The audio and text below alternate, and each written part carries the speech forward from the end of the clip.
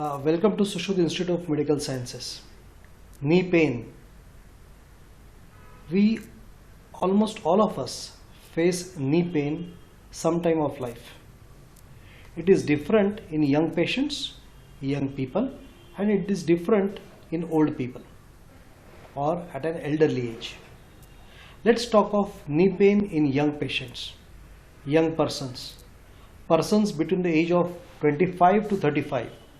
These people, they tend to have knee pain which is in the front of the knee, more very commonly seen in women, especially when women suddenly start jogging, start running on a cross trainer, or start exercising. This is because of hormonal changes, the requirement of calcium and vitamin D, and the articular surface becoming soft and getting rubbed against each other. There are various causes which cause this knee pain to be triggered.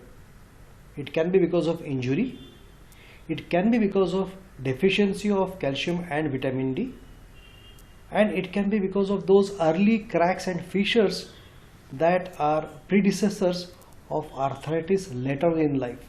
So do not neglect it. Always try to get to the root of it. Go to your orthopedic consultant, show him the knee. He might do some blood test.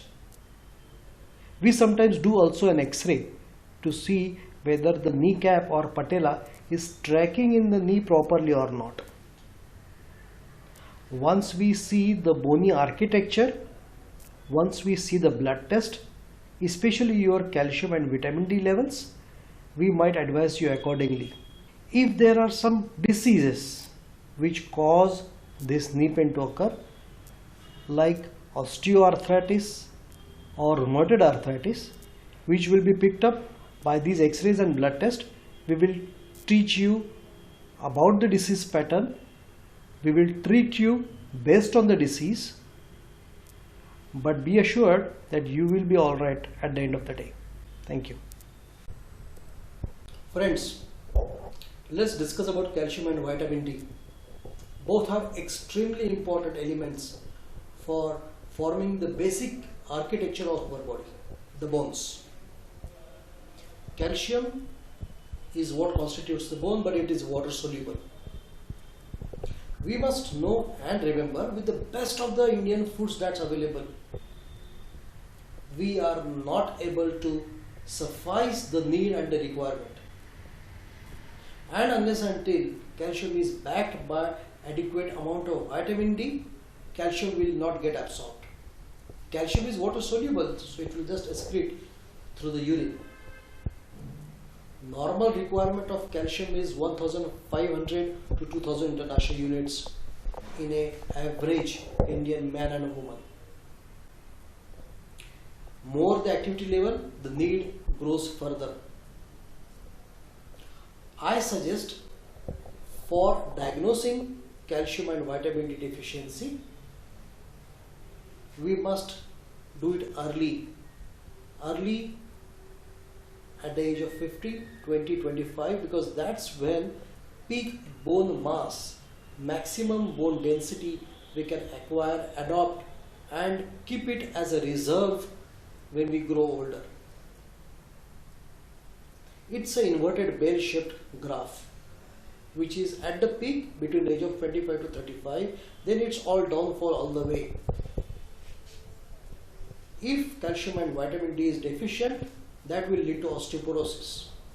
In women, it gets further hampered by the oncoming hormonal changes which occur during menopause. So postmenopausal women are more amenable, susceptible to osteoporosis related fractures. Calcium is best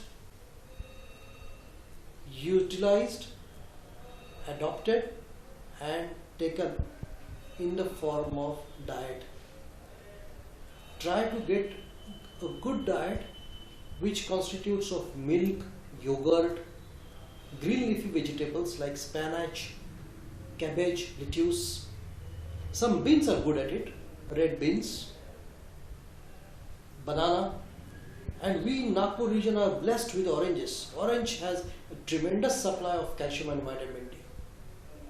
Vitamin D, the best source continues to be poultry source. Of course, milk and orange juice as well.